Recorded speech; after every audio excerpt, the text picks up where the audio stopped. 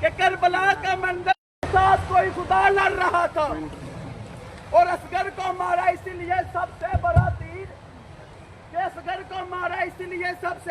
تیر کہ شمر کو تو اصغر ہی خدا لگ رہا تھا. برنتن صلوات اللہم صلی علی محمد وعلی محمد. توحید کے محسن میرے شبیر,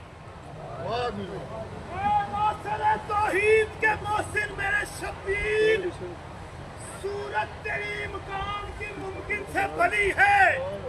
ارے حد ہو گئی تیرے آنگن کی بلندی, حد ہو گئی تیرے آنگن کی بلندی. اکبر تو علی ہوتا ہے, اصغر بھی علی. سلیمان علی حق نعرہ علی. اعوذ باللہ السمیع العلیم من الشیطان اللعین الرجیم. بسم اللہ الرحمن الرحیم.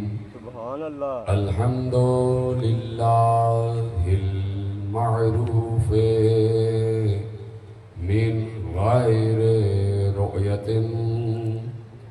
والخالق من غیر رویت الذي لم يزل قائما دائما اذ لا سماء ذات ابراج ولا لیل داج ولا بحر ساج ولا ارض ذات مہاد ولا خلق ذو اعتماد.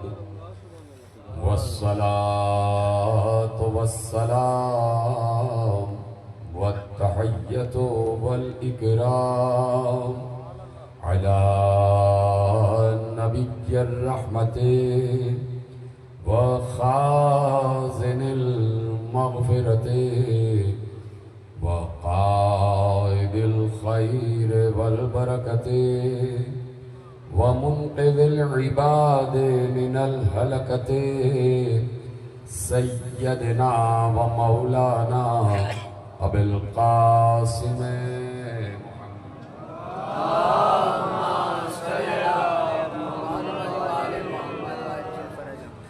وأهل بيته الطيبين الطاهرين المعصومين المظلومين المنتخبين المنتجبين الذين أذهب الله عنهم الرجس وطهرهم تطهيرا.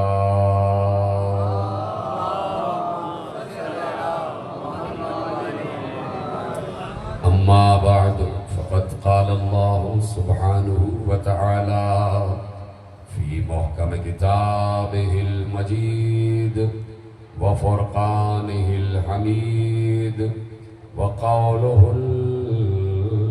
الحق. بسم الله الرحمن الرحيم.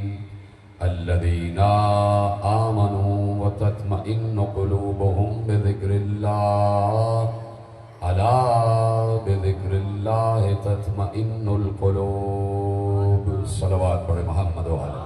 اللہم صلی علی محمد وعلی محمد. 1448 ہجری کے عشرۂ ماہ اذا کی مرکزی امام بارگاہ گوبی گھاٹ فیصل آباد میں آج آپ حضرات چھٹی تقریر سماعت فرما رہے ہیں.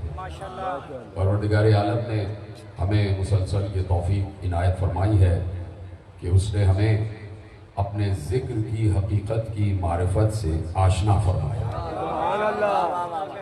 یہ ذکر اللہ اس وقت سمجھ میں آتا ہے کہ جب اللہ کچھ نہ کچھ سمجھ میں آ جائے. پچھلے سال پورا عشرہ میں نے معارف ولایت اللہ پر عرض کیا اور وہ تمام گوشے یقیناً آپ کے اذہان میں محفوظ ہیں کہ اصل مسئلہ اس وقت ہوتا ہے کہ کوئی بندہ اس وقت اللہ نظر آتا ہے کہ جب اللہ سمجھ میں نہ آ رہا ہو۔ اگر توحید، احدیت، وحدانیت، الہیت اور ہویت سمجھ میں آ جائے تو پھر اللہ معبود رہے گا اور بندہ عابد رہے گا۔ یہ انسانوں کی کچ فہمی ہوتی ہے، یہ انسانوں کی کچ فکری ہوتی ہے، اور یہ انسانوں کی کم علمی ہوتی ہے کہ جہاں خود اللہ کسی بندے کو علی کہہ دے اور پھر اس علی ہی کو اللہ کہنے لگ جائے۔ ایک دفعہ تو یہ ہے کہ اللہ علی ہوتے ہوئے کسی بندے کا نام علی رکھے، یعنی علی کا مطلب وہی ہے جو مسلسل میں عرض کرتا ہوں کہ اس سے اوپر کوئی شے نہیں ہے اور اللہ سے اوپر کوئی شے نہیں ہے، اللہ سب سے بلند ہے۔ یہ ہمارا عقیدہ ہے، یہ ہمارا نظریہ ہے، یہ ہمیں اپنے ائمہ معصومین سے فکر ملی ہے کہ اللہ ہے، تھا، رہے گا، اس جیسا کوئی نہیں، لیسا کمثلہ شیء، اس کی مثل کوئی نہیں، وہ اپنی ذات میں لا شریک ہے، وہ اپنے صفات میں لا محدود ہے، وہ اپنے محیط میں لا محیط ہے، وہ اپنے اسم میں اتنا وسیع ہے کہ کوئی اس کا اسم بھی نہیں سمجھ سکتا، وہ وقت کا محتاج نہیں ہے، وہ مکان کا محتاج نہیں ہے، یہاں تک کہ وہ کسی سے گفتگو کرنے کے لیے الفاظ کا بھی محتاج نہیں ہے۔ اب جب یہ بات آ جاتی ہے کہ الفاظ کا بھی محتاج نہیں ہے تو پچھلے سال میں نے عرض کیا تھا اور آج آپ متصل ہو جائیں اسی وقت سے اور اسی گفتگو سے کہ اللہ لفظوں میں بات نہیں کرے گا، لفظوں میں بات نہیں کرے گا، اس لیے کہ وہ خود حادث نہیں ہے اور کوئی قدیم اپنے مطمع نظر کو کسی تک منتقل کرنے کے لیے کسی حادث کا سہارا نہیں لے گا۔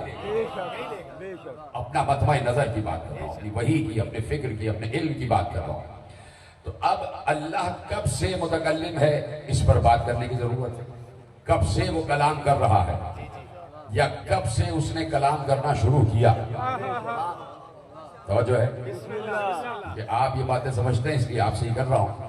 کب سے اس نے کلام کرنا شروع کیا، اور جب کلام کرنا شروع کیا تو سامنے کون تھا کہ جس سے کلام کیا؟ جب کلام کیا تو کیا الفاظ کی صورت میں کیا یا معانی کی صورت میں کیا؟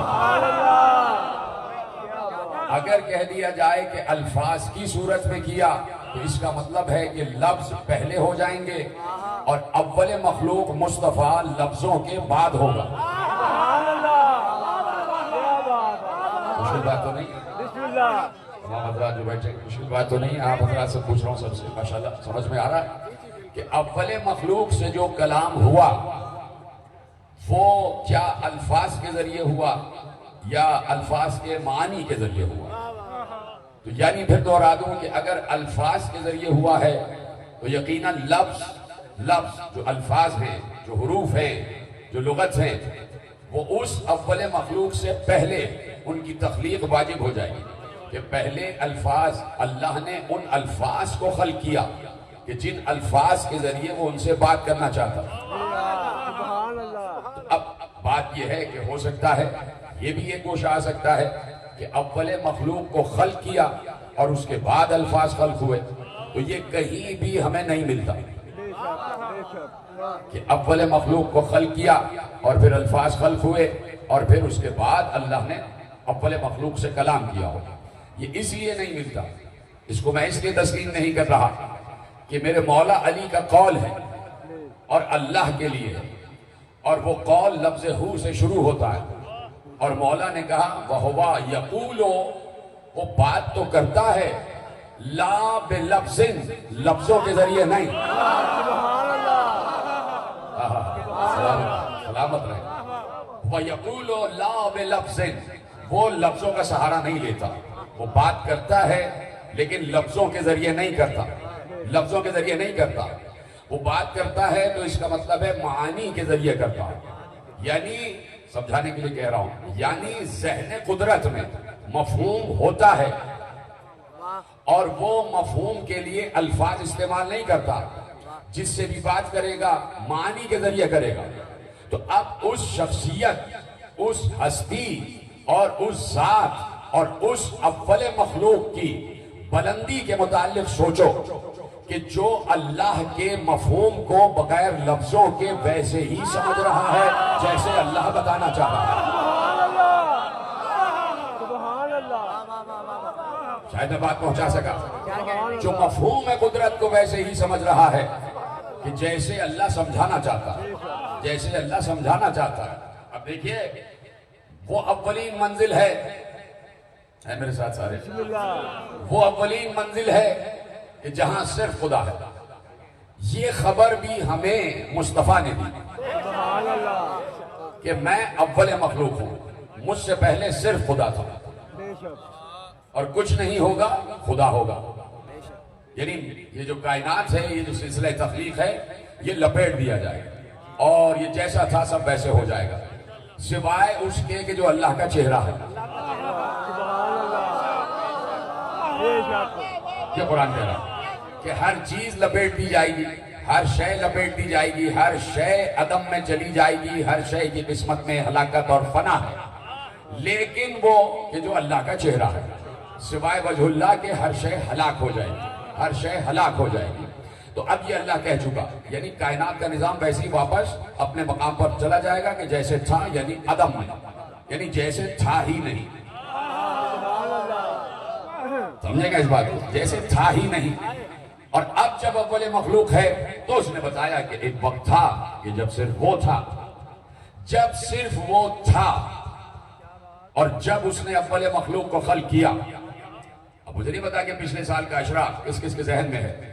میں نے ایک بات عرض کی تھی کہ معصوم نے کہا کہ اس کی ذات علم ہے، العلم ذاتہ ولا معلوم، العلم قدرتہ والقدرتہ ذاتہ ولا مقدور۔ میں نے پورا ایک خطبہ مولا کا آپ کے حوالے کیا تھا کہ اس کی ذات علم ہے لیکن کوئی معلوم نہ تھا۔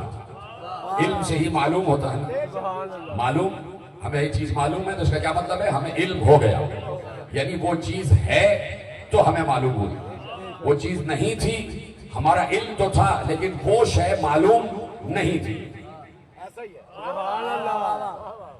بھائی ہمارا علم تو تھا لیکن شے جب تک ظاہر نہ ہو تو ہمارا علم اس پر لاگو نہیں ہوتا۔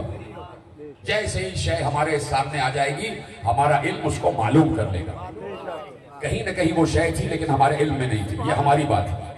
اللہ کہتا ہے وہ ازل سے اس کی ذات علم تھی لیکن کوئی معلوم نہ تھا کہ جو اسے معلوم کرتا کہ وہ ہے۔ وہ ازل سے قدرت کا مالک تھا، اس کی ذات میں قدرت تھی لیکن کوئی مقدور نہ تھا جس پر اس کی قدرت لاگو ہوتی۔ جب مخلوق کو خلق کیا تو مخلوق مقدور ہوئی اور اس مقدور نے جانا کہ کوئی قادر ہے۔ یہ پوری بات میں پچھلے سال کر چکا، دہراؤں گا نہیں۔ اب وہ مرحلہ کہ جس میں اللہ کے صرف صفات ہیں، ان صفات کے نام نہیں ہیں۔ مجھے یقین ہے کہ آپ سمجھ رہے ہیں، نہیں سمجھ رہے تو ہاتھ اٹھا کے بتا دیجیے گا کہ نہیں سمجھ میں آ رہی بات۔ سمجھ میں آ رہی ہے، مجھے بالکل اندازہ ہے۔ ایک وقت وہ تھا کہ اللہ کے پاس صفات تو ہیں اور ہمیشہ سے ہیں، اور وہ صفات اس کی ذات کا حصہ ہیں۔ اگر ان صفات کا نام بھی ہوتا، جب کچھ نہیں تھا اللہ تھا، اور ان صفات کا نام بھی ہوتا تو نام اللہ کی ذات سے الگ ہے، کیونکہ نام کے لیے آپ کو زبان چاہیے، نام کے لیے کوئی لغت چاہیے، کوئی زبان چاہیے، کچھ الفاظ چاہیے، کچھ حروف چاہیے۔ اگر ان کا نام ہوتا اور نام بھی جب سے ہوتے کہ جب سے اللہ ہے، تو اس کا مطلب ہے کہ نام ایک الگ خدا ہوتا اور جو حقیقی خدا ہے وہ الگ خدا ہوتا، تو یہ دوئی پیدا ہو جاتی ہے۔ یعنی ازل سے انسان پھر یہ کہتا کہ دو خدا ہیں، ایک نام والا اور ایک اصل صفات والا۔ اس لیے صفات تو اس کی ذات کا حصہ تھے، ان کا نام نہیں تھا، لیکن جب زبانیں خلق ہوئی تو ان صفات کا نام دیا گیا، ان صفات کو نام دیا گیا۔ اب یہ لفظ ذہن میں رکھیے گا، ان صفات کو نام دیا گیا۔ اب یہ صفات تو بعد میں ہیں، پہلے تو اللہ کی خود اپنی ذات ہے، اس ذات کا بھی کوئی نام نہیں تھا، اس ذات کا بھی کوئی نام نہیں تھا۔ کیوں نہیں تھا؟ اس لیے کہ جب وہ اکیلا ہے، کوئی پکارنے والا ہی نہیں ہے، تو نام کی ضرورت کیا ہے؟ یہ آسان بات میں نے کہی ہے، کوئی پکارنے والا ہی نہ ہو۔ ایک شخص کہیں کسی شہر میں یا کسی جنگل میں رہ رہا ہے اکیلا، کوئی دور دور نہیں ہے، اکیلا بچپن سے پرورش پا رہا ہے جنگل میں، کوئی نہیں ہے کہیں دوسرا اس سے بات کرنے والا۔ جب اس کو کوئی پکارنے والا ہی نہیں ہے تو اس کو اپنے نام کی ضرورت کیا ہے؟ اس لیے کہ نام اس وقت رکھا جاتا ہے جب کوئی دوسرا اسے بلانے والا ہو۔ نہیں تو اپنے آپ سے مخاطب ہوگا تو ضروری نہیں ہے کہ کوئی نام رکھے۔ آپ بھی اپنے آپ سے مخاطب ہوتے، یہ کیا کیا تو نے؟ اپنا احتساب جب کرتے، یہ کیا کیا تو نے؟ یہ آج تو نے کیا کیا؟ تو آپ اپنے آپ کو پکارنے کے لیے نام نہیں رکھتے۔ اور اگر کوئی جنگل میں پرورش پا کے جوان ہو گیا، 40 سال اس نے اکیلی زندگی گزاری، اس کو نام کی ضرورت ہی نہیں، اس لیے کہ کوئی پکارنے والا ہو تو وہ اپنا نام رکھے کہ مجھے اس نام سے پکارنا۔ جب وہ اس منزل پر ہے کہ جہاں کچھ نہیں ہے، صرف وہ ہے، تو اس کا کوئی نام بھی نہیں، اس لیے کہ کوئی پکارنے والا ہی نہیں ہے۔ لیکن جب اس نے اول مخلوق کو خلق کیا، اور جیسے ہی اول مخلوق خلق ہوئی، اب اس نے اس سے خطاب کیا۔ اب خطاب کیا، خطاب جو ہو رہا ہے، جو تکلم کی منزل پر جو مخاطب اور مخاطب ہے، وہ الفاظ ہمارے پاس موجود ہیں، لیکن ضروری نہیں ہے کہ اللہ نے انہی الفاظ میں خطاب کیا ہو۔ پیغمبر نے اللہ کے معانی کو الفاظ کا جامع پہنا کے ہم تک پہنچایا، اس لیے کہ علی کہہ چکے کہ اس نے جب ہم سے بات کی تو لفظوں کے بغیر کی۔ اس نے جب اول مخلوق سے کلام کیا تو لفظوں کے بغیر کیا، لیکن چونکہ ہم تک بات پہنچانی تھی کہ کیا بات ہوئی خالق و مخلوق میں، تو لفظوں کا جامع پہنایا، لفظوں کا لباس پہنایا کہ مفہوم یہ تھا کہ جو تمہاری زبان میں ان الفاظ میں ادا ہوگا۔ ٹھیک ہے؟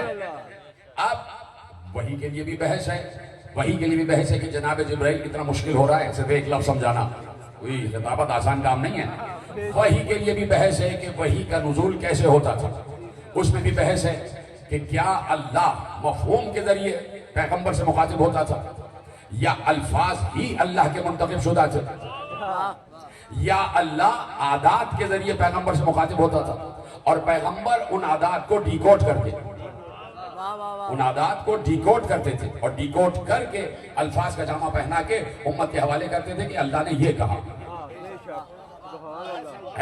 یہ بات بحث میں ہے، اور خدا نے خود بھی کہہ دیا کہ اللہ جب کسی سے بات کرنا چاہتا ہے تو حجاب کے ورائے حجاب کے اندر کرتا ہے، کبھی فرشتے کے ذریعے کرتا ہے، کبھی براہ راست کرتا ہے۔ یہ سارے وحی کے معاملات لکھے ہوئے ہیں۔ اب پہلا جو خطاب ہوا ہے اول مخلوق سے، وہ بغیر لفظوں کے ہوا ہے یا لفظ کے ساتھ ہوا ہے، یہ پیغمبر جانے، اور پیغمبر نے ہمیں بتایا کہ جیسے ہی میرا نور خلق ہوا،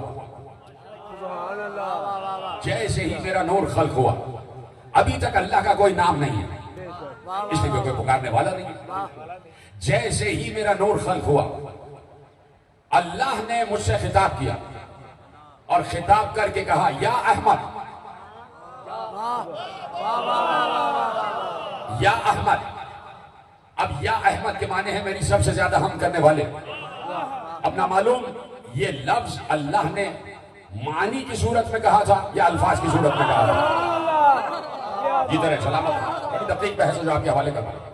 جیسے ہی اول مخلوق خلق ہوئی تو اللہ نے کہا یا احمد، اور ابھی تک اس کا کوئی نام نہیں ہے، اس لیے کوئی پکارنے والا نہیں ہے۔ اب مخلوق خلق ہوئی ہے، اب پہلی مخلوق خلق ہوئی ہے، اور جیسے ہی پہلی مخلوق خلق ہوئی اللہ نے کہا یا احمد، لولاک لما خلقت الافلاک یا احمد، فوراً اس اول مخلوق نے سجدے میں سر رکھ کے کہا یا اللہ۔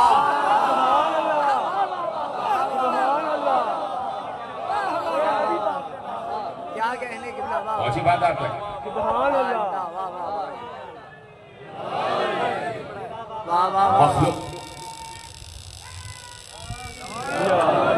مخلوق کو خالق نے یا احمد کا نام دیا، سبحان اللہ۔ مخلوق کو خالق نے یا احمد کا نام دیا، اور خالق نے مخلوق کو بلا فضل کہا یا اللہ۔ تو مخلوق کو کیسے معلوم ہوا کہ وہ یا اللہ ہے؟ اول مخلوق کو کیسے معلوم ہوا کہ اس کا نام اللہ ہے؟ تو دو ہی صورتیں ہیں، دو ہی صورتیں ہیں کہ پیغمبر نے کہا تھا کہ میں اور علی اس کے نور سے ہیں، صادر ہوئے ہیں۔ تو دو ہی صورتیں ہیں کہ جب یہ اسی نور کا حصہ تھے تو تب اللہ نے بتایا تھا کہ میں اللہ ہوں، یا پھر یہ ماننا پڑے گا کہ انہوں نے سجدہ کرتے ہی اسے اللہ کہا تو اللہ نے کہا میں اللہ ہوں۔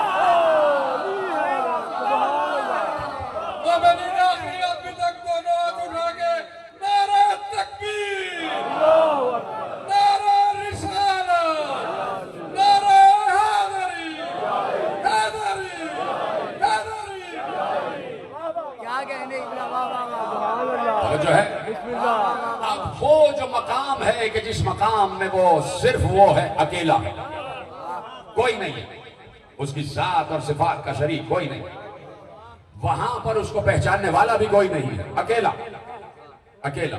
پھر جب وہ مقام تنزل ربانی میں آتا ہے، یعنی جب وہ اس مقام پہ اسے آنا ہے، کیوں آنا ہے؟ اسے نہیں آنا، اسے نہیں آنا، لیکن چونکہ وہ مخلوق سے رابطہ کرنا چاہتا ہے تو پھر اسے اس تنزل، یہ تنزل بھی لفظ بہت مشکل ہے اللہ کے لیے، اس کے تنزل نہیں ہے، لیکن چونکہ الفاظ کی مجبوری ہے اس لیے لفظ استعمال کر رہا ہوں کہ اسے پھر انا سے نحنوں میں آنا پڑتا ہے۔ جب وہ ہم سے بات کرتا ہے اور جب بات نہیں کرتا تو اس عالم میں ہے جہاں وہ انا ہے، میں، اور جب وہ مخلوق سے بات کرنا چاہتا ہے تو پھر وہ کہتا ہے ہم۔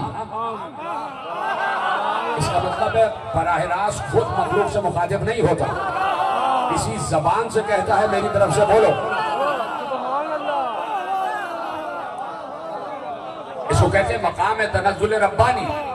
جو علماء ربانی ہیں ان کی یہ اصطلاح میں نے آپ کے حوالے کی کہ وہ پھر مقام تنزل ربانی کہلاتا ہے کہ جہاں وہ انا سے اندنا میں آتا ہے، اندی سے اندنا میں آتا ہے، انا سے نحنو میں آتا ہے، میں سے ہم میں آتا ہے۔ بہت کم مقامات ہیں کہ جہاں اس نے انا کہا ہے، انا الذی لا الہ الا انا، میں وہ ہوں کہ جس کے سوا کوئی معبود نہیں۔ اور جب بات کرنے پہ آتا ہے انسانوں سے تو کہتا ہے ہم نے تم سے کہا، ہم نے تم سے کہا، ہم نے تم سے کہا۔ اوحینا، ہائے ہائے اوحینا الی النحل، مثلا اوحا ربک الی النحل اوحینا الی ام موسیٰ۔ یہ نہیں کہا کہ میں نے مادر موسیٰ پہ وحی کی، کہا ہم نے مادر موسیٰ پہ وحی کی۔ مقامات ہیں کہ جو انا سے اندنا، انا سے نحنو، اندی سے اندنا کی طرف آتے ہیں۔ تو اب جب وہ اسی مقام پر ہے جو ہمیشہ سے ہے اور ہمیشہ رہے گا، اس لیے کہ وہ کسی ایک حالت سے دوسری حالت میں نہیں آتا۔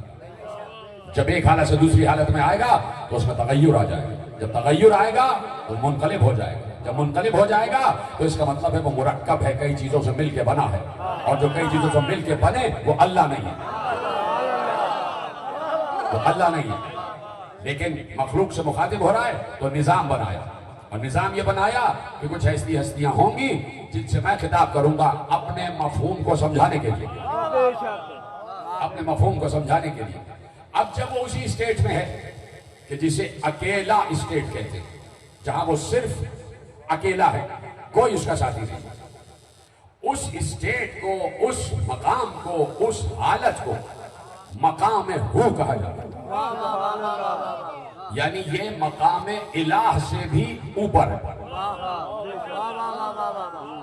یہ مقام الہ سے بھی اوپر ہے. پہنچ رہی ہے بات؟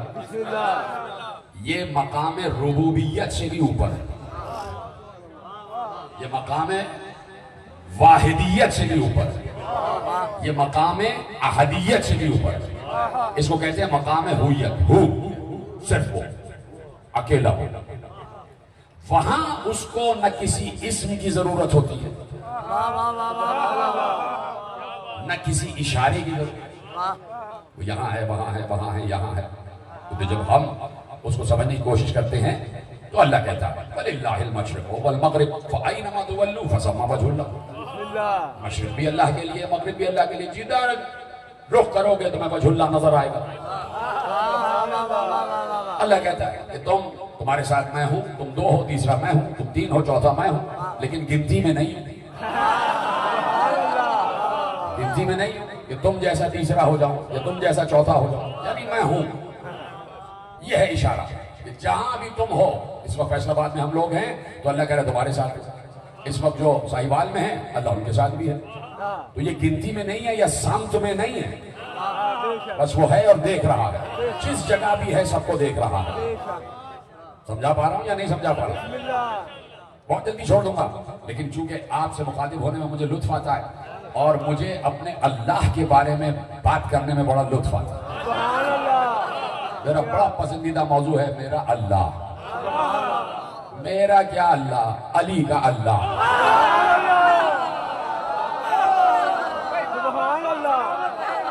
معصومین کا اللہ. کیا کہنے کی بسم اللہ.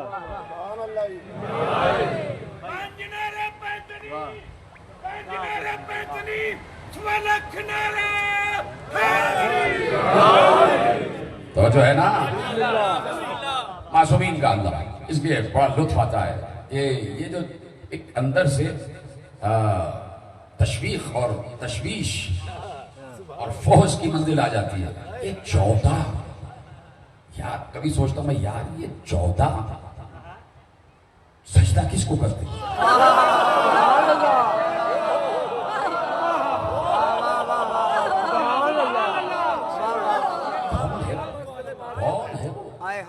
ذرا دیکھو تو، معلوم تو کرو، اس کی معرفت تو حاصل کرو.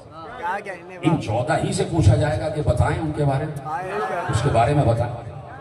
تو اتنا لطف آتا ہے کہ یہ 14 جس کا سجدہ کر رہے ہیں اس پر بات ہو کہ ہمارے محبوبوں کا بھی جو محبوب ہے،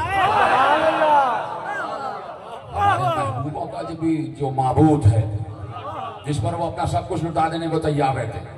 پتہ تو چلے اس کے بارے میں گفتگو کرنے میں بڑا لطف آتا.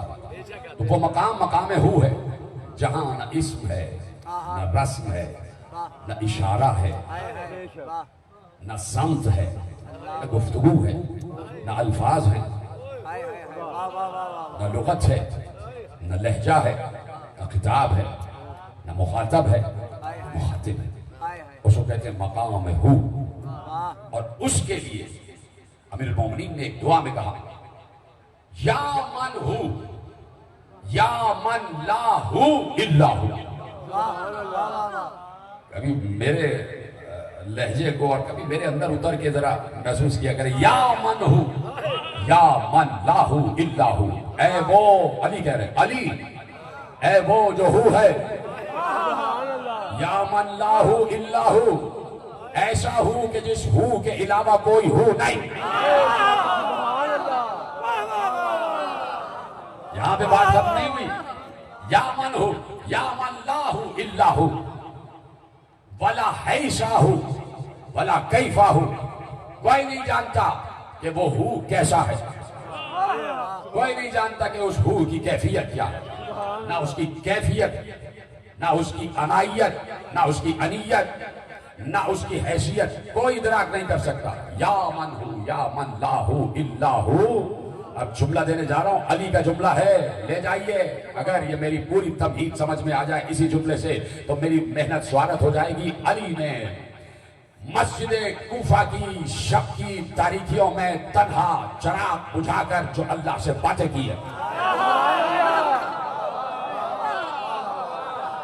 نہیں پہنچے آپ. مجھے افسوس ہوا, آپ کو دل کی گہرائیوں سے وہ منظر دیکھنا چاہیے تھا کہ مسجد کوفہ میں تہجد کی نماز سے پہلے مسجد کوفہ میں کچی چھتیں, کچا فرش. یہ تو اب پکی مسجد بنی ہے, یہ مسجد نہ ذہن میں لانا.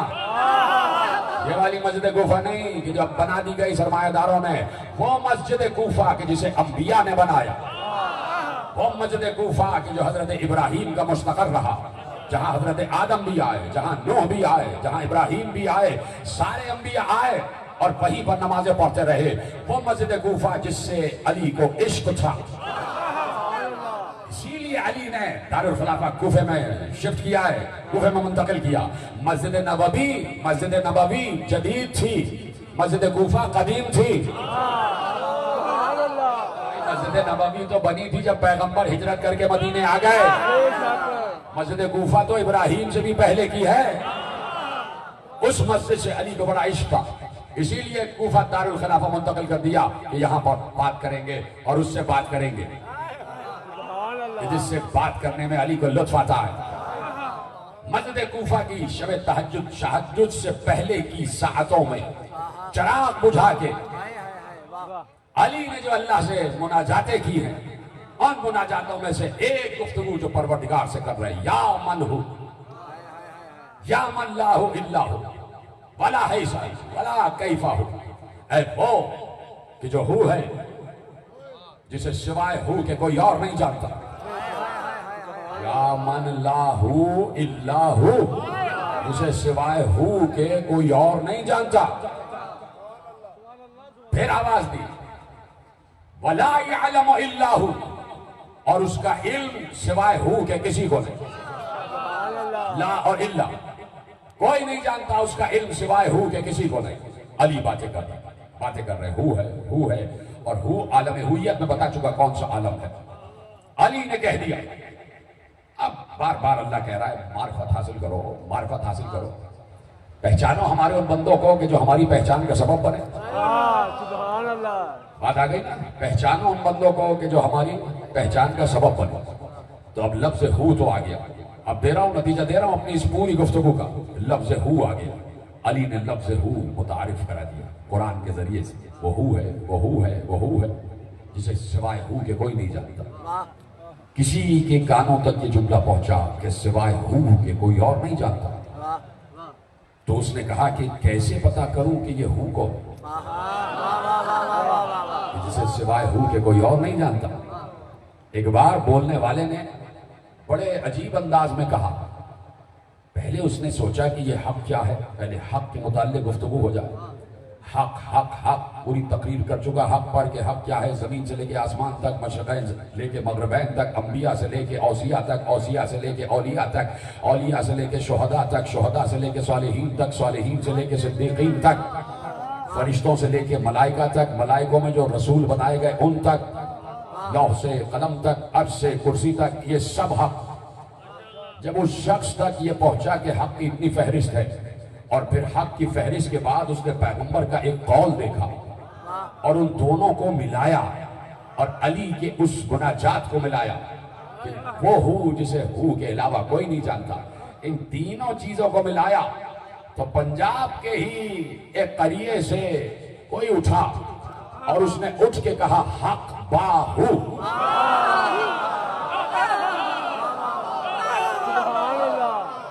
پہنچی بات, حق باہو, حق باہو.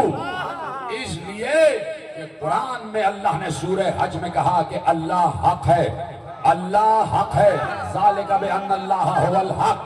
تو ایک بار اس شخص نے کہا حق باہو, حق باہو.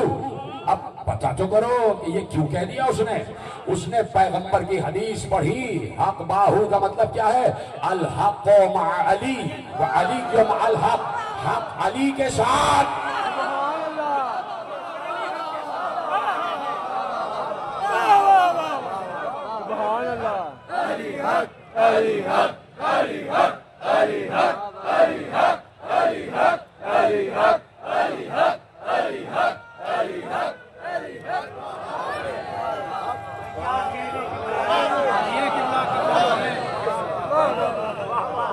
مجھے نہیں پتا پتا کہ آپ میرا دل رکھنے کے لیے داد دے رہے ہیں یا واقعاً آپ کو سمجھ میں آیا ہے؟ سلامت رہیں اشتیاق میں سجدوں کا اہتمام، جنت کے اشتیاق میں سجدوں کا اہتمام، میں کیوں نہ ایسے شوق کو سوداگری کہوں، اور لے کر جو خم سے اجر رسالت نہ دے سکے، غاصب کہوں نہ تو کیا اسے متقی کہوں، بس ایک ہی آرزو ہے کہ میدان حشر میں حیدر کے روبرو میں خدا کو علی کہوں، سلیمان علی حق نعرہ اللہ سبحان اللہ۔ توجہ فرمائیے، حق ہو، حق ہو کے ساتھ ہے۔ سبحان اللہ، بات سمجھ میں آئی شاید آپ نے مجھے دل رکھنے کے لیے داد دی تھی۔ حق ہو کے ساتھ ہے، با کا مطلب ہوتا ہے ساتھ ہونا، حق با ہو، اب لوگ سمجھیں گے باہو باہو باہو باہو، حق با ہو، اگر آپ ٹھہر ٹھہر کر پڑھیں گے تو یہی ہوگا، حق با ہو، حق ساتھ ہے ہو کے۔ جب آپ کی اور مشکل حل کر دیتا ہوں، جب اللہ نے کہا انا الذی عندی مفاتیح الغیب، میں وہ ہوں کہ جس کے پاس غیب کی چابیاں ہیں، سورہ انعام میں کہا انا الذی عندی مفاتیح الغیب، میں وہ ہوں جس کے پاس غیب کی چابیاں ہیں۔ اب اگر میں ذرا سا لفظ کا ترجمہ الگ کر دوں، انا الذی عندی مفاتیح الغیب، انا الذی عندی مفاتیح الغیب، انا میں، الذی وہ ہوں، عندی جس کے پاس، مفاتیح چابیاں، الغیب غیب کی۔ اب میں ذرا سا اپنے الفاظ میں استعمال کروں، انا وہ ذات ہے کہ جس کے پاس غیب کی چابیاں ہیں، انا وہ ذات ہے جس کے پاس غیب کی چابیاں ہیں۔ ذرا سا میں نے تصرف کیا، میں نے کیوں تصرف کیا؟ اس لیے کہ مجھے حق ملا۔ کس نے حق دیا؟ کہ جب منبر سلونی پر علی بیٹھے تو بیٹھ کر کہا انا الذی عندی مفاتیح الغیب، میں وہ ہوں جس کے پاس غیب کی چابیاں ہیں۔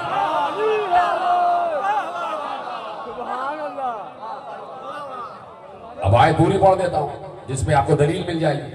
انا الذی عندی مفاتیح الغیب لا یعلمها الا ہو، میرے میں وہ ہوں جس کے پاس غیب کی چابیاں ہیں جسے سوائے ہو کے۔ ٹھیک ہے، اللہ نے کیا کہا؟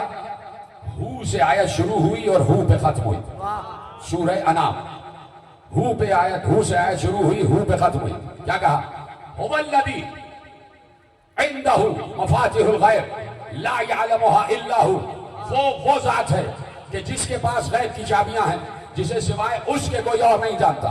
جیسے میں نے انا کے لفظ میں تصرف کیا تو اب اس لفظ میں تصرف کہ ہو وہ ہے کہ جس کے پاس غیب کی چابیاں ہیں جسے سوائے ہو کے کوئی اور نہیں جانتا۔ یا من ہو، یا من لا ہو الا ہو، اے وہ جو ہو ہے جسے سوائے ہو کے کوئی اور نہیں جانتا۔ اس ہو کی تشریح علی نے منبر سلونی پر انا کہہ کے کہی، میں ہی وہ انا ہوں کہ جو ہو ہے۔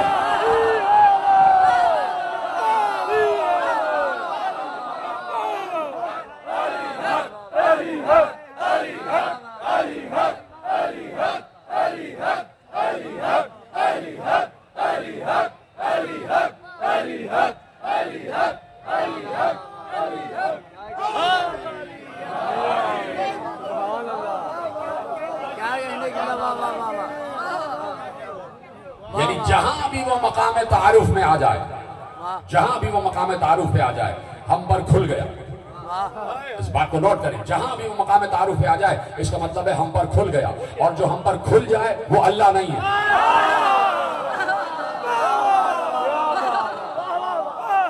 یعنی بندے پر جو کھل جائے وہ خالق نہیں ہو سکتا، اس لیے کہ مخلوق جان ہی نہیں سکتی کہ خالق کیسا ہے۔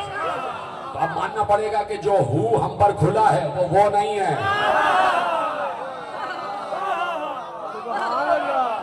ماننا پڑے گا جو ہو ہم پر کھلا ہے وہ نہیں ہے۔ اس کی تشریح علی نے کی، اور یہ بار بار علی نے کہا انا الذی انا الذی انا الذی، یہ اس کے مقام ہویت کی حفاظت کے لیے۔ یہ تو تم اسے اپنے اندر اپنے درمیان سمجھنے لگو کہ ہمارے برابر میں اللہ بیٹھا ہے۔ سمجھو اس کو. اور اگر نہیں سمجھ میں آ رہا, پورا اشرا پچھلے سال کا جن کی سمجھ میں نہیں آیا, آپ نہیں, آپ تو تھے جو لائیو سن رہے ہوتے ہیں, تو وہ پورا میرا اشرا پچھلے سال کا سنیں اور اس کو اس سے ملاتے جائیں.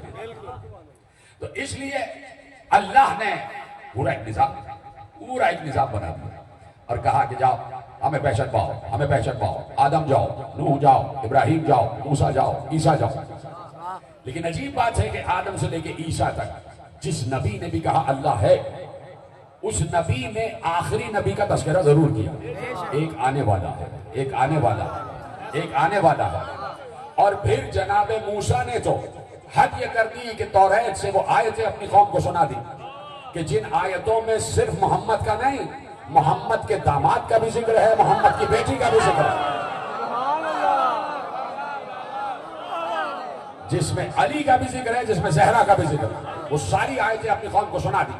اور جب قوم کو سنائی تو کہا کہ مصطفیٰ اور مصطفیٰ کی ذریت کی محبت اپنے دل میں قرار دو. مصطفیٰ اور مصطفیٰ کی ذریت کی محبت, مصطفیٰ کی بیٹی, مصطفیٰ کی گھرانے کی, مصطفیٰ کے داماد, چچزاد بھائی کی محبت اپنے دل میں قرار دو. اور اسی محبت کو مودت کا نام دیا گیا ہے. کہا ان سے مودت کا اظہار کرو. کہا کیسے اظہار کریں؟ قوم موسیٰ نے کہا کیسے اظہار کریں؟ کہا ایسے اظہار کرو کہ کہو اللہم صلی علی محمد و آل محمد.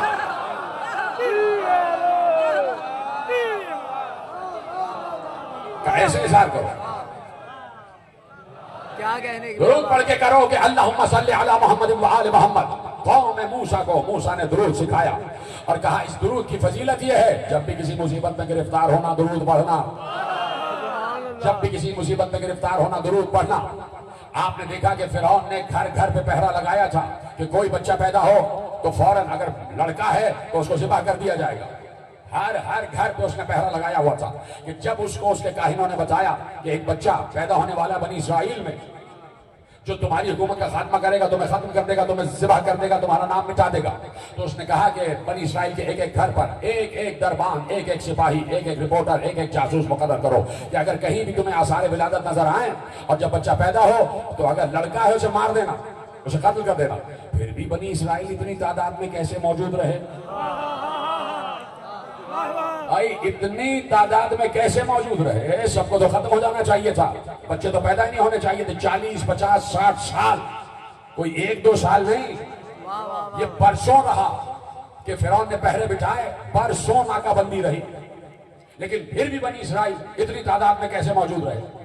تو مفسرین نے, ہمارے ہاں علماء امامیہ نے ائمہ سے جو عکس کیا وہ بتا رہا ہوں آپ کے حوالے کہ جب بھی کیونکہ موسیٰ نے کہہ دیا تھا کہ اپنی مصیبتوں کی دوا درود سے حاصل کرو, تو جب بھی کوئی بچہ پیدا ہوتا تھا ماں اسے چھپا کے لے جاتی ہے, غار میں رکھ دیتی, اور غار میں رکھنے کے بعد اس پر 10 مرتبہ درود پڑھ کے پھونک دیتی.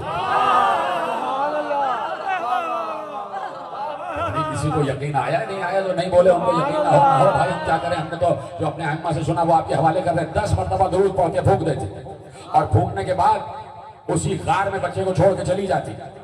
اس کے بعد اللہ اس بچے پر فرشتے کو مقرر کرتا کہ جب اس بچے کو بھوک یا پیاس لگے وہ اپنا انگوٹھا اپنے منہ میں رکھتا تھا. اگر پیاس لگتی تو دودھ, اگر پیاس لگتی تو پانی, اور اگر بھوک لگتی تو اسی انگوٹھے سے دودھ جاری ہوتا تھا. یہ سب درود کی برکت تھی. اس کا مطلب ہے کہ درود انسان کی پیاس بھی بجھاتا ہے, بھوک بھی بچاتا ہے. پیاس بھی بجھاتا ہے, بھوک بھی بجھاتا ہے. تو درود پڑھوایا, کہا کہ پیغمبر آخر پر درود پڑھتے رہنا اور اپنی نعمتوں کی حفاظت کرنا, اپنی اولاد کی حفاظت کرنا, اپنی نعمت اور اپنی اولاد کی حفاظت کرنا. بعض مقامات پر تو اتنا ذکر کیا پیغمبر کی بیٹی کا. موسیٰ نے اتنی محبت سے ذکر کیا رسول کی بیٹی کا. بھائی جن کو یقین نہیں آتا وہ قرآن میں پڑھیں کہ اللہ نے انجیل کا حوالہ دیا ہے کہ ہم نے انجیل میں کہہ دیا تھا کہ عیسیٰ نے اپنی قوم کو بتایا تھا کہ ایک نبی آنے والا ہے جس کا نام احمد ہوگا. تو ہر نبی نے ذکر کیا ہے نا آخری نبی کا. تو بعض مقامات پر کسی نشستوں میں جناب موسیٰ نے بنت رسول کا ایسی محبت سے ذکر کیا, ایسی محبت سے ذکر کیا, اتنے احترام سے ذکر کیا, اتنے ادب سے ذکر کیا کہ وہ شفاعت کی حقدار ہوں گی. آخرت میں شفاعت کا اختیار ان کے ہاتھ میں ہوگا, اذن شفاعت ان کے ہاتھ میں ہوگا, پیغمبر ان کا اتنا احترام کرتے ہوں گے. یہ ساری باتیں کی. تو ایک بہت بڑا زمیندار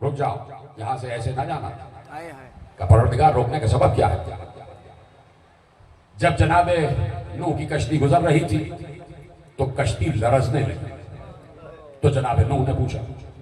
جناب موسیٰ اس خطے سے گزر رہے تھے، جناب ابراہیم گزر رہے تھے، تو جناب ابراہیم کے پاؤں میں زخم آ گیا. تو جناب ابراہیم نے پوچھا. جناب آدم استغفار کرتے ہوئے جب پوری دنیا میں گھوم رہے تھے تو جناب آدم کے پاؤں میں ٹھوکر لگی.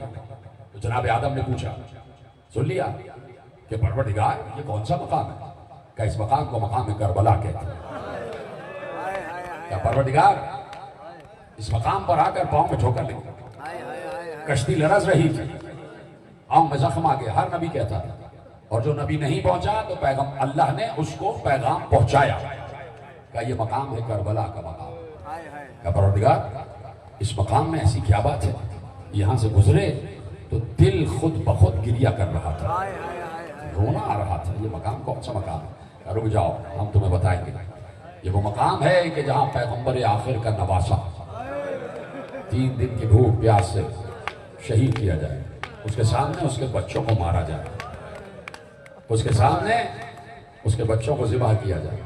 ہر پیغمبر وہاں رکا اور اس نے رک کر کربلا میں حسین پر گریہ کیا، حسین پر گریہ کیا. اس سے پہلے عالم ارواح میں جب ساری روحیں جمع تھی، میں اور تم سب تھے، اس وقت بھی اللہ نے ہمیں ذکر حسین سنا.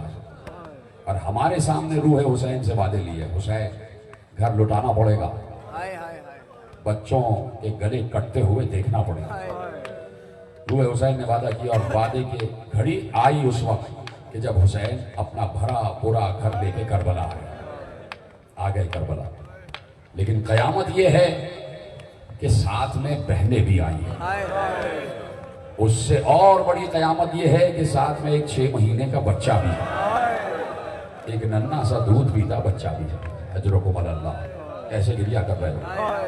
ایک چھوٹا سا شیر خوار بچہ بھی ہے کہ جو ابھی ٹھیک سے دودھ بھی نہیں پیتا، پانی بھی پیتا ہے تو چند قطرے پیتا ہے. چھوٹا سا بچہ ہے، کتنی غذا ہوتی ہے چھوٹے سے بچے کی، وہ بچہ بھی ہے. اور اس پر مستضاف یہ کہ کربلا میں سن 61 ہجری میں سورج آگ برسا رہا تھا. اتنی شدید گرمی کبھی کربلا میں نہ دیکھی گئی.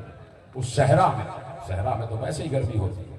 تو آپ دیکھیں کہ جہاں خیموں میں کپڑے کے خیمے لگے ہوئے اور انہی خیموں میں سے ایک خیمے میں ایک جھولا، اس جھولے میں ایک بچہ. وہ گرمی کی حدت بچے تک آ رہی تھی تو بچے کی پیاس بڑھ رہی تھی. تو 7 محرم کی شام تک تو بچے کو پانی ملتا رہا، لیکن جو بھی پانی بچ گیا تھا وہ 8 کی صبح تک ختم ہو گیا. پھر 8 کے بعد 10 تک کوئی پانی کا قطرہ نہیں. 3 دن گزر گئے تھے، بچوں کو پانی نہ ملا. چھوٹے بچے 4 برس 5 برس 6 برس کے بھی تھے، وہ بھی برداشت کہاں کر پاتے. لیکن پھر بھی ان 4 5 6 برس کے بچوں میں تھوڑی سی برداشت تو تھی. لیکن 6 مہینے کا بچہ، اس کو کیا پتا کہ قحط آب کیا ہوتا ہے، پانی کی بندش کیا ہوتی ہے. لیکن یہ 6 مہینے کا بچہ کوئی معمولی بچہ نہیں تھا. اس کا نام علی تھا اور یہ علی کا پوتا تھا اور یہ اپنے گھر کا محمد تھا. اس لیے کہ ہمارا چھوٹا بھی محمد، ہمارا بڑا بھی محمد. علی اصغر 3 دن سے اسی ترتیب میں ہے کہ پیاس تو لگی ہے، لیکن میرا دل کہتا ہے کہ سوچتے ہوں گے کہ مجھے جس مقصد کے لیے میرے بابا نے مانگا ہے اس مقصد کو پورا کرنے کا وقت جلدی سے آ جائے. علی اصغر بار بار چاہ رہے ہوں گے، میرا دل کہہ رہا ہے کہ میں بابا کی نصرت کے لیے جاؤں، اس لیے کہ اولیاء کا گھرانہ ہے، چھوٹا ولی ہے، جھولے میں بھی ولی ہے. بار بار سوچتے ہوں کہ بابا کی نصرت کے لیے جاؤں، لیکن سوچتے تھے کہ طریقہ کیا اختیار کروں، کیسے کہوں، کس طریقے سے بابا کے پاس جاؤں.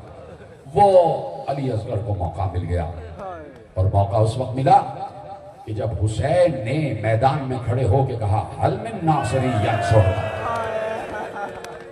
حل من مغیث یغیثنا، کون ہے جو مجھ بے کس کی مدد کرے گا، کون ہے جو میرے استغاثے پر لبیک کہے گا، کون ہے جو میرے حرم کی حفاظت کرے گا. یہاں حسین نے حل من ناصر کا نعرہ بلند کیا، وہاں خیمہ ہائے اہل حرم سے گریے کا شور بلند ہوا.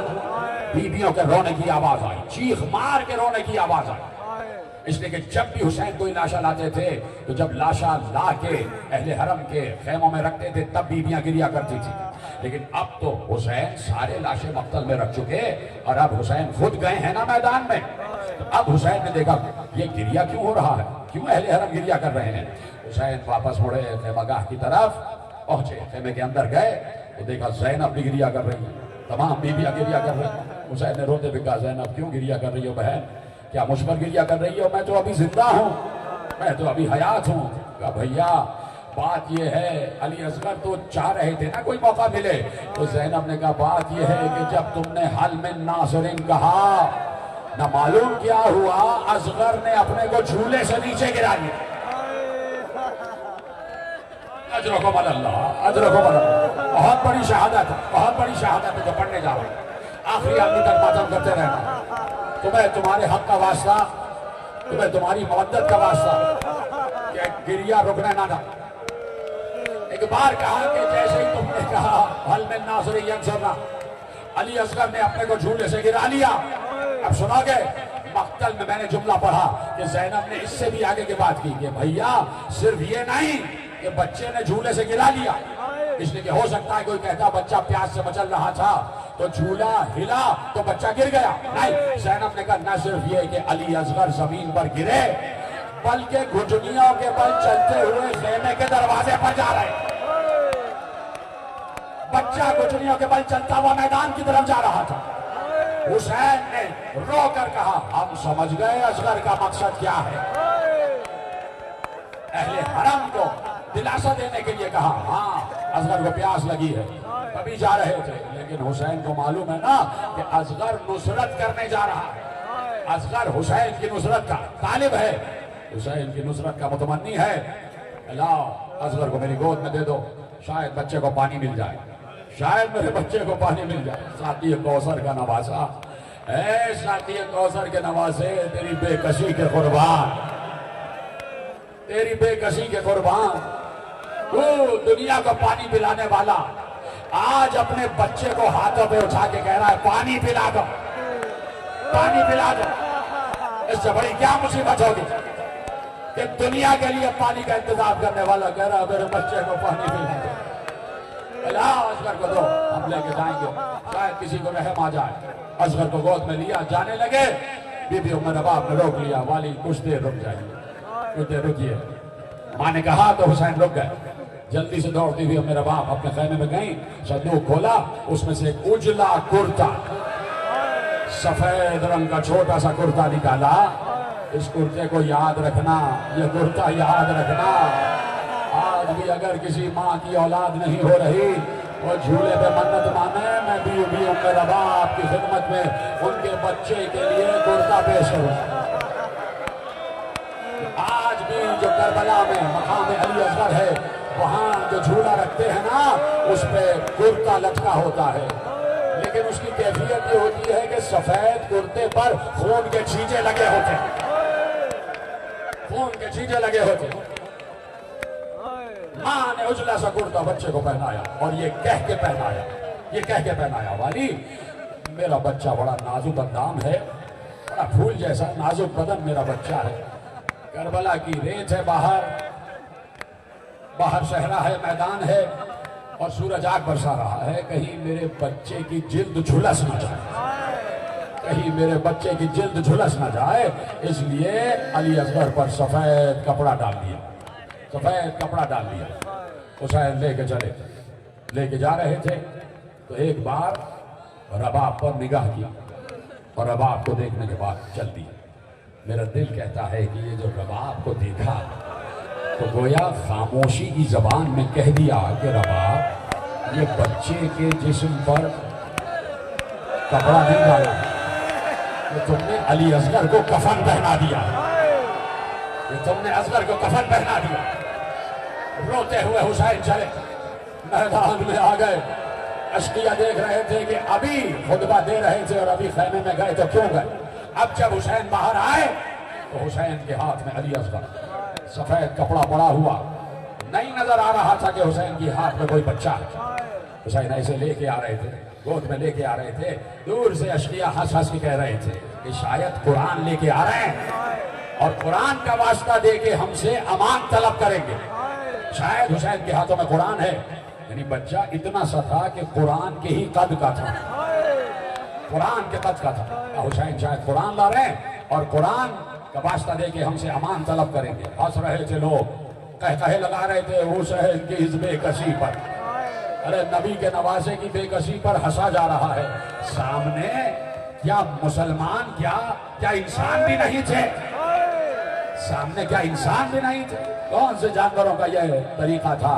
حسین پر ہنس رہے تھے، اس حسین پر ہنس رہے تھے کہ جو 72 لاشیں اٹھا کے مقتل میں رکھ چکا ہے، اس پر ہنس رہے تھے۔ حسین آئے، حسین نے ہاتھوں میں علی اصغر کو بلند کیا، علی اصغر کو بلند کیا، اور بلند کرنے کے بعد کپڑا علی اصغر کے چہرے سے ہٹایا، کہا یہ میرا 6 مہینے کا بچہ ہے، اس کا سن 6 مہینے کا ہو گیا۔ پہلی مرتبہ علی اصغر کی معرفت پہنچائی جا رہی ہے، اور علی اصغر کا عرفان پہنچانے والا کوئی اور نہیں، خود اس کا بابا حسین ہے۔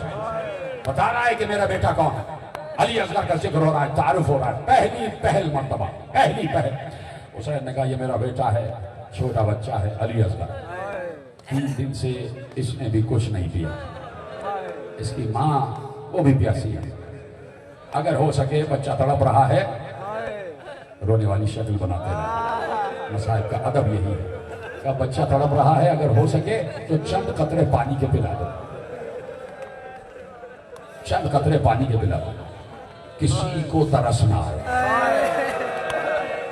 یہ ہے رونے کا مقام، کسی کو ترس نہ آئے۔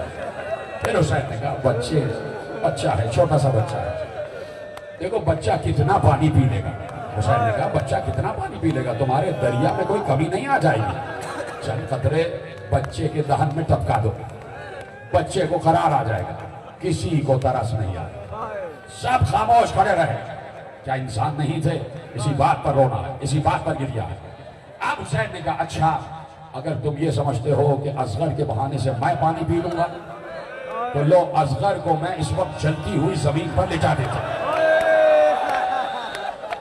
اصغر کو میں جلتی ہوئی ریت پر لٹا دیتا ہوں۔ ہاں نوجوانوں، یہی طریقہ ہے ماتم کا، اصغر کو میں جلتی ہوئی ریت پر لٹا دیتا ہوں، اور حسین نے واقعی لٹا دیا۔ اتنی زمین گرم تھی کہ علی اصغر ایڑیاں لگا رہے تھے، علی اصغر ننی ایڑیاں لگا رہے تھے۔ حسین نے فوراً بچے کا واپس اٹھایا، اس لیے کہ ماں کہہ چکی تھی کہ بچے کی جلد جھلس نہ جائے، فوراً بچے کو واپس اٹھایا، اور واپس اٹھانے کے بعد اب اصغر سے مخاطب ہوئے، اصغر ان کو میری بات پر یقین نہیں آ رہا، اصغر تم حجت خدا کے بیٹے ہو، حجت خدا کے پوتے ہو، تم انہیں بتا دو کہ تم کتنے پیاسے ہو، تم انہیں بتا دو کہ تم کتنے پیاسے ہو۔ علی اصغر کا چہرہ فوج کی طرف کیا، علی اصغر کی پشت اپنے سینے کی طرف کی، علی اصغر کا چہرہ فوج کی طرف کیا اور کہا اصغر تم بتاؤ، تم انہیں بتاؤ تم کتنے پیاسے ہو۔ بچہ تھا نا، لیکن اہل بیت کے گھرانے کا بچہ تھا، عصمت کے گھرانے کا بچہ تھا، حجت خدا کا پوتا تھا تو خود بھی حجت تھا۔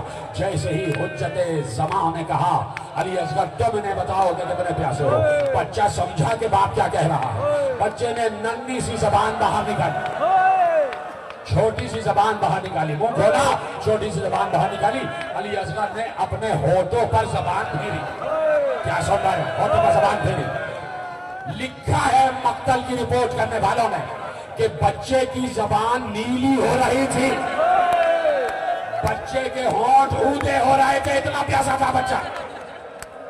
اب جیسے ہی علی اصغر نے حملہ کیا، یہ علی اصغر کا حملہ تھا، یہ علی اصغر کا حملہ تھا، جیسے ہی علی اصغر نے اپنے ہونٹ دکھائے، اپنی زبان دکھائی، فوج مخالف کا حملہ تھا اصغر کا۔ یہ حملہ اتنا کارگر ہوا کہ فوج رونے لگی، منہ پھیر پھیر کر رو رہے تھے، دوسرے کا منہ کر کر کے رو رہے تھے۔ یہ تھا اصغر کا حملہ، اصغر نے رلا دیا، فوج اشقیاء کو رلا دیا، فوج کوفہ اور شام کو اصغر نے رلا دیا، سب منہ پھیر پھیر کر رو رہے تھے۔ ادھر عمر ساتھ کھڑا دیکھ رہا تھا، اس نے کہا یہ ساری ہزاروں کی فوج یہ کہیں پلٹ نہ جائیں، انقلاب نہ آ جائے، کہیں یہ حسین کے ساتھ نہ مل جائے۔ بچے نے اتنا کڑا حملہ کیا تھا کہ فوج کا جو سردار تھا وہ لرز رہا تھا کہ کہیں سارا جنگ کا منظر نامہ بدل نہ جائے۔ تو ایک بار اس نے کہا یہ روکنا پڑے گا، اصغر کو روکنا پڑے گا. کیسے روکوں گا؟ کہ بلاؤ ہرملا کہاں ہے جسے اب تک روکا گیا تھا. اتنا ماہر تیر انداز کہ روکا گیا تھا حسین کے لیے کہ ہرملا جب حسین آئے تب تو جانا. اتنا ماہر تیر انداز تھا. ہرملا کہاں ہے؟ اب سوچ رہے ہیں کہ علی اصغر کی دہشت اتنی ہی تھی جتنی حسین کی دہشت ہے. اتنا علی اصغر نے رلایا. ہرملا کہاں؟ ہرملا آیا. کیا بات ہے؟ کہ اقتا کلام الحسین. اس نے کہا بچے کو تو نے تو مجھے حسین کے لیے روکا تھا. کہ اس وقت تیری ضرورت ہے. حسین کے کلام کو قطع کر دے. اسی وقت حسین کے کلام کو قطع کر دے. کیا کہا؟ حسین کے کلام کو قطع کر دے. یعنی پھر یہی بات سامنے آئی کہ تیر کا نشانہ حسین تھے. رو رہے ہو نہ رو رہے ہو؟ اقتا کلام الحسین. یا کلام الحسین علی اصغر ہے یا کلام الحسین خود حسین. لیکن نشانہ باپ بیٹے ہی کی طرف تھا. باپ بیٹے ہی کی طرف تھا. میں پڑھ چکا لیکن مجھے وقت دینا. میں تم سے وقت دوں گا. جب میں کہوں گا تب لوگ کھڑے ہوں گے پیچھے. میں ابھی پورے مسائل پڑھ نہیں پاتا. لوگ کھڑے ہو جاتے ہیں. جو زیارت کے قریب لوگ بیٹھے ہیں بیٹھے رہے. اس لیے کہ مجھے ایک مقام تک تمہیں لے کے آنا. ایک مقام تک لے کے آنا. تمہیں خدا کا واسطہ بیٹھے رہنا. اٹھنا نہیں. جو پیچھے والے بیٹھے جو مسائل پڑھنے دیا کرو. آپ حضرات بیٹھے رہا کر. اقتا کلام الحسین. اس لیے روکا ہے میں نے تاکہ میں آخری جملہ بعد میں پڑھوں. حسین کے کلام کو ختم کر دیں. اس نے تیر جوڑا. کمان سے تیر کو جوڑا. تیر 3 بھال کا تھا. یہاں سے پوری ایک لکڑی اور آگے سے تیر نکلے ہوئے نوکے نکلے. 3 بھال کا تیر تھا. جیو کہ بالکل مجمع کے بیچ میں ایک بچہ کھڑے ہو کے ماتم کر رہا ہے. اس نے اپنا کرتا اتار دیا ہے اور وہ ایسے ماتم کر رہا ہے کیونکہ حسین کے چھوٹے بچے کا ذکر ہے. بچہ کھڑے ہو کے ماتم کر رہا ہے. اگر ہو سکے تو اس بچے کو فوکس کرو. کوئی کیمرہ مین ہے اس بچے کو دکھائے. ایسے ماتم ہوتا. اس طرح کربلا اثر کرتی. خدا اس بچے کو سلامت رکھے. دنیا کرو ماتم کرو. اقتا کلام الحسین. 3 بھال کا تیر تھا. 3 بھال کا تیر. اس نے تیر کو کمان سے جوڑا. جوڑنے کے بعد جب چلایا چاہتا تھا تو بے اختیار تیر زمین پر گر گیا. پھر اٹھایا پھر تیر زمین پر گیا. پھر اٹھایا پھر تیر زمین پر گیا. جیسے ہمارے ساتھ دیکھا کیا ہو گیا تجھے؟ تو بہت ماہر تیر انداز تھا. اب تک تیر کیوں نہیں مارا؟ کہ بار بار میرا زاویہ بدل جاتا. کہ کیوں بدلتا ہے؟ کہ بالکل پیچھے وہ جو خیمہ گاہ نظر آ رہی ہے. بالکل حسین کے پیچھے جو خیمہ گاہ نظر آ رہی ہے. جیسے ہی تیر اٹھاتا ہوں وہاں سے پردہ ہٹتا ہے اور کوئی کالے نقاب میں بیوی نظر آتی ہے.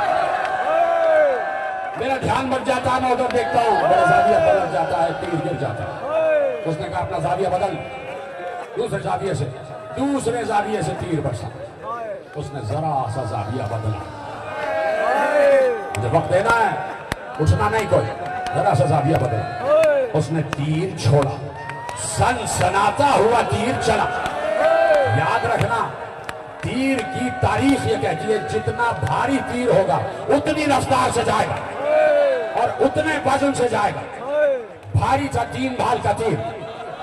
تیر چلا. تیر کا نشانہ علی اصغر. علی اصغر کے چہرہ فوج مخالف پر. تیر چلا. 3 بھال کا تیر ایسے آگے لگا.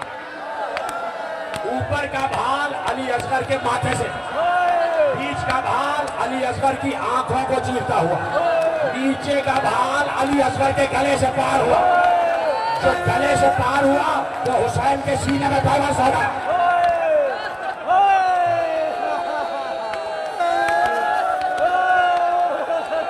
علی اصغر زخمی نہیں ہوا ذبح ہو گیا. ارے ننھی سی گردن ٹھلک گئی ننھی سی گردن. حسین کے ہاتھوں میں بچہ ڈھلک گیا. حسین کے سینے میں تیر پیوست ہو گیا. اب کیا کرے حسین؟ تیر کھینچے تو تینوں بھال واپس آئیں گے اور نہ معلوم تیر کے ساتھ ساتھ کیا کیا باہر آ جائے. ارے تم نے سنا تھا نا جب علی اکبر کے جگر سے نیزہ کھینچا تو علی اکبر کا جگر باہر آ گیا تھا.